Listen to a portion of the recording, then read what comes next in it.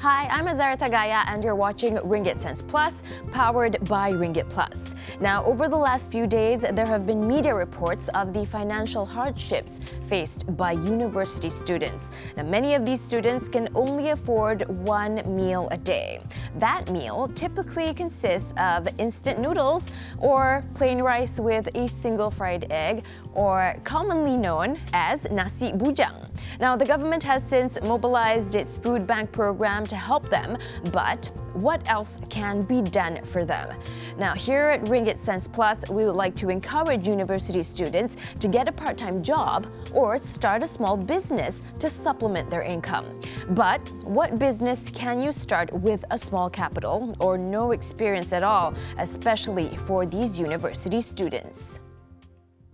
This is Amirul Afi Romli, a young entrepreneur with his own wood and craft printing business, Ukir Design Studio. A few years ago, he started working part-time at a printing press while earning his degree in architecture. This taught him a lot of valuable experiences and inspired him to start his own company. When he did start his own company, it was with a very small capital. Waktu tu modal dalam 1,000 saja, 500 untuk beli mesin dan 500 lagi untuk beli stok. Dan itu modal sikit dari PTPTN dan sikit dari parents lah. Afi has since grown his business by buying a laser cutting machine worth 40,000 ringgit, and his business generates 5-figure sales every month. We also sat down to talk with Raymond Gabriel, the executive director of People Systems Consultancy. His company is a social enterprise that trains disabled people to grow their business and income. Raymond says there are many ways young people can start their own business or work part-time. I started my first business at 21. When you're a student, you struggle, you don't have enough money, So what I did was I tried to go and market services of skills that I could do. I started up at a small advertising company that did copywriting for advertisements, that did translation in the 1990s. And I didn't require any capital to start. I worked from my house. I used a business center to answer calls. And so I could go out and I could start. And today there are a lot of opportunities for young people in a similar way. You don't need to have an office to start a business. You can work from home. You can have a website. You can use your handphone. So there are many things that you need to do. In fact, it's not necessary that you have to have capital to go and start a business. The only thing you need to do is probably register your company, which you can register a sole proprietorship maybe for about 60 ringgit. And then the rest of the time, you could sell something or sell a service or skill that you have. Raymond also shares the common mistakes people make when running their own business. The first mistake that people think is you need big capital to start a business. Actually, you don't. If you have a skill, you use that skill, and from that skill, you can actually look at making money. In fact, this is what we've taught most of the people, that 20,000 people that we taught about. Many of them start with a skill or something that they have in their village or something that they have accessible to them. They don't require large capital to open a very big office or open a big restaurant. Another mistake is not making your business stand out from its competitors. For example, if you want to sell nasi lemak, what makes it different from other nasi lemak sellers? Maybe sell nasi lemak with cheese. Try to create value in what you're doing. Be passionate in what you're doing, whether it's a service you're providing or something you're selling. You should at least have some basic knowledge in it. For example, if you are going to sell nasi lemak cheese, try it out first before selling it. For Afi, going into the printing business wasn't so hard. He was already learning something similar in his architecture course, as his student projects involved printing wood and craft. Waktu tu dalam course architecture, so saya buat dalam bidang sama dan menggunakan software yang sama dengan yang saya belajar. So saya membahagikan masa waktu cuti dan waktu luar kelas yang buat bisnes ni. Afi said he went through several seminars and business classes to gain more knowledge. He also spent 15% of his profit in marketing every month. According to him, marketing is really important for his business because he relies solely on social media like Instagram and also drop shipping to market his product. We also asked Raymond about the dropshipping trend. To explain it simply, you sell online but don't keep any stock. If anyone orders a product from you, it is shipped directly from the manufacturer. It's a great way to sell online with very little capital. However, there are many people already doing it. I think it's sort of a trend because when one person comes up with something, like I told you, that's a mistake, right? Everybody else follows. So you don't develop something unique. You can do drop shipping, but what are you doing in drop shipping that is more unique than other young people? What sort of products are you selling? If you're doing drop shipping for clothing, for example, and there are 20 other people, 100 other people doing drop shipping on clothing as well, how are you going to make money? Because the customer will just go to one website, see the similar product for same price, go to another website and see something similar. So if you really want to do something, you got to pair your drop shipping with something else that's unique. Maybe like an advisory service to let people know, how to be more fashionable. So there's some value in the website, and then so people, based on the advice, they want to buy certain things. You have to pair your ideas with some value that you can give your customers. You cannot just follow a trend or follow what everybody else is doing. For Afi, running his company wasn't always smooth sailing. As he only started with a small capital, he had to tighten his belt and used his profit to grow the business further. After his business started generating good returns, he also faced problems with employees and not being able to keep up with demand. All this he took as a challenge and motivation to succeed. Bisnes ni kita perlu motivasi dan banyak belajar. Sebab tu kita belajar dulu dekat universiti, kita mungkin tak belajar dalam bisnes. So kita banyak belajar dari mungkin dekat seminar ataupun kelas-kelas ataupun paling kuranglah kita follow orang-orang yang ajar bisnes. So membuatkan kita faham tentang bisnes. Afi has this one final advice for those wanting to start a business with small capital. Set aside some of the money to attend business courses that will help you grow your business. He says it's very similar to how students who are in university learning a new skill for their career. A business seminar can also help your small business to grow. Well, besides earning an income, running your own business or working part-time will give you relevant work experience that will be useful when you do seek a job after graduating. Now, if you want to share the story you just watched with your friends, go to our Facebook page or find us on YouTube. We have many stories there that will improve your knowledge on personal finance. Now, we're going for a short break. After that, we talk about what you should do if you suddenly lose your job or if your company offers you a voluntary separation scheme. Should you take up the offer? The answers after this.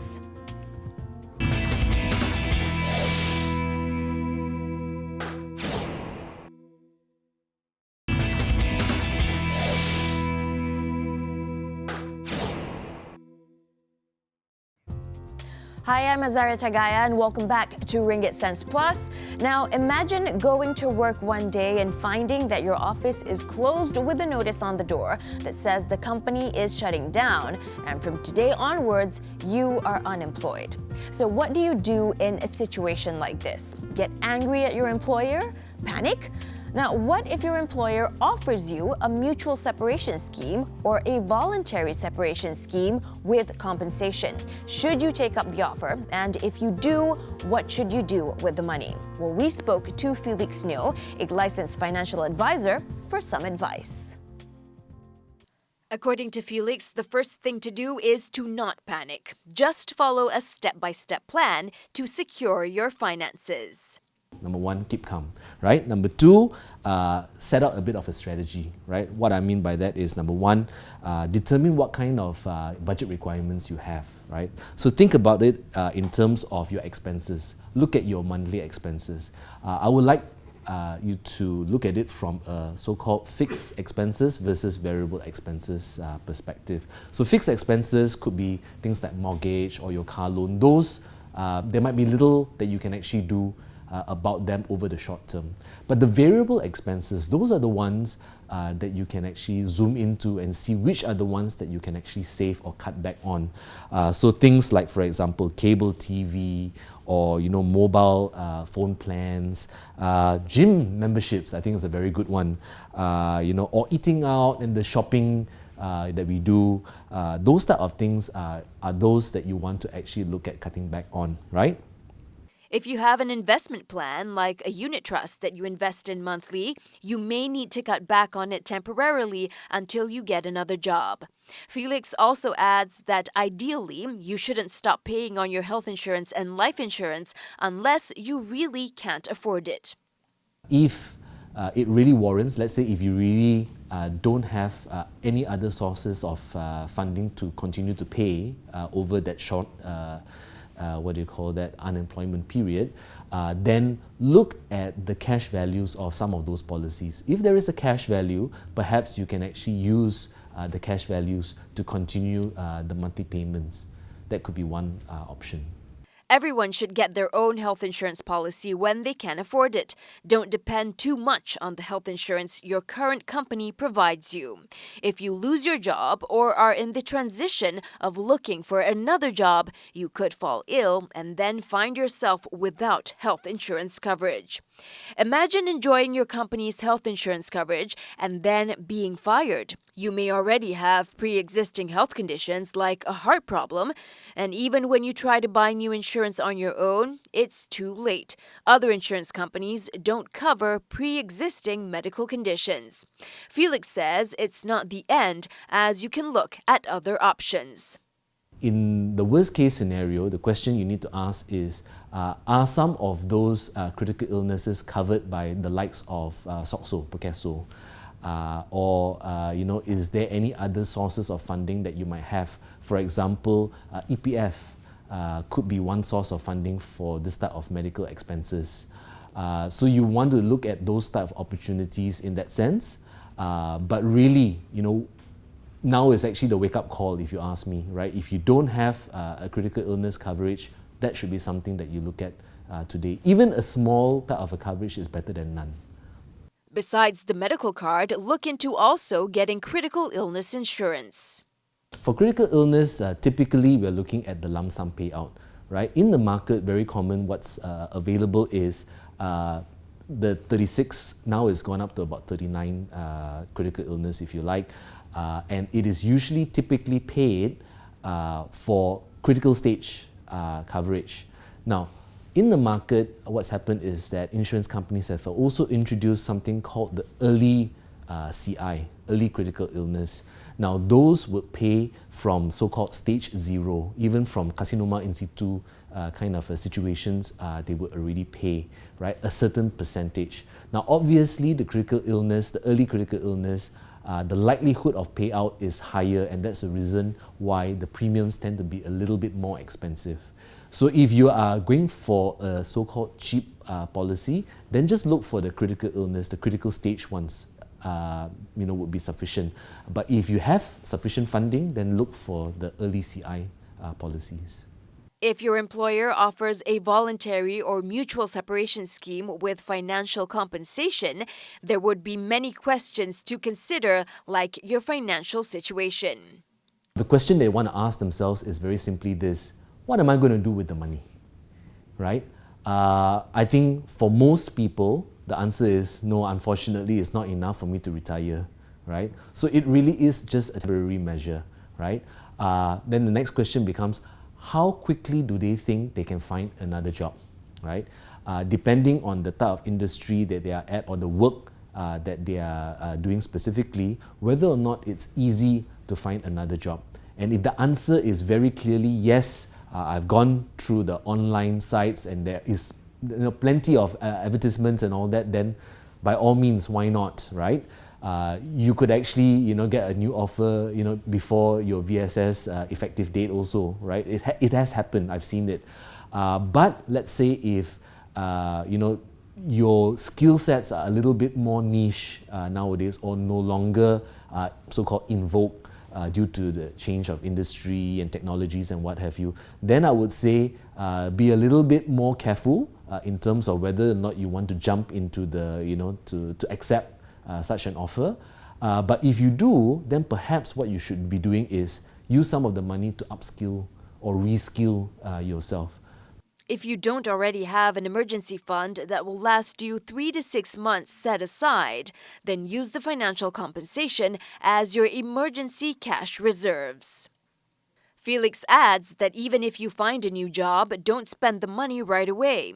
You might not actually like your new job and may want to quit. Only when you're secure in your new job can you start investing it. You can also use the money to reskill yourself. Take some time to learn a new skill that will make you relevant in the job market again. As for those who want to start a new business, do some research. Is it something you're familiar with? How well do you know it? If you know nothing about the food business and want to open a cafe with the money, it can be very risky. Well, we often get questions from viewers about personal finance. So next up, we're going to be answering some questions from viewers together with our partners, RinggitPlus. If you can only afford one, which one should you put money aside for? An education fund or medical insurance for your children? The answer is after this short commercial break. In the meantime, visit us on Facebook and leave your comments there on what you think about today's show. We'll always love reading your comments. See you after this.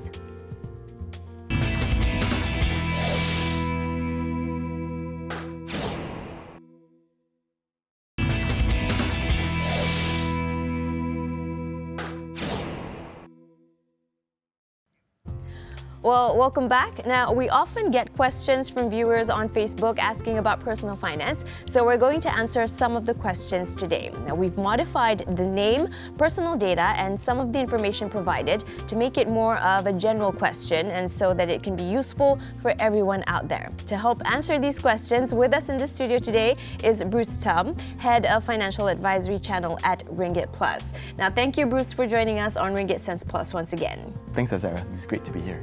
Okay, so we have a situation given by one of our viewers. So I'll just read out the situation that is faced from one of our viewers called Amelia. So Amelia is a mother of 2 children. Her children are aged 4 and 6 years old. She and her husband Fikri have a joint income of 4,000 ringgit a month. So her situation is that she can only afford to put aside 300 ringgit for her kids. So either into their education fund or medical insurance. So which should she get? Okay. Firstly, let's go through the fundamentals of financial planning. There are basically three stages of financial planning. The first one being wealth protection, wealth accumulation, and wealth distribution. The first 2 parts is whereby the first part is whereby you protect what you have.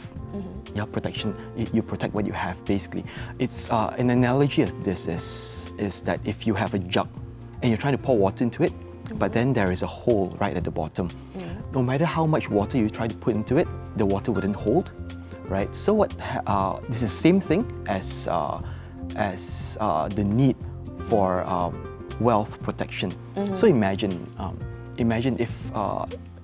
if a family that has 2 children, one of them has a serious illness or an accident, the hospitalization fee will just wipe out the entire savings that they have, right? So the most important thing that you need to think about before even going to savings is actually to protect what you have. So coming back to the question, what you need to do is, of course, a medical card first, right? A medical card is the foremost important because in the event of anything, there is amount that comes in for hospitalization, and then you can actually figure out on the education part. For this, I think an investment-linked plan will be quite good because it caters for both. In one hand, an investment-linked plan with a medical rider. A medical rider is actually an add-on to what the investment link actually has. So the investment link basically gives you an investment upside for your savings.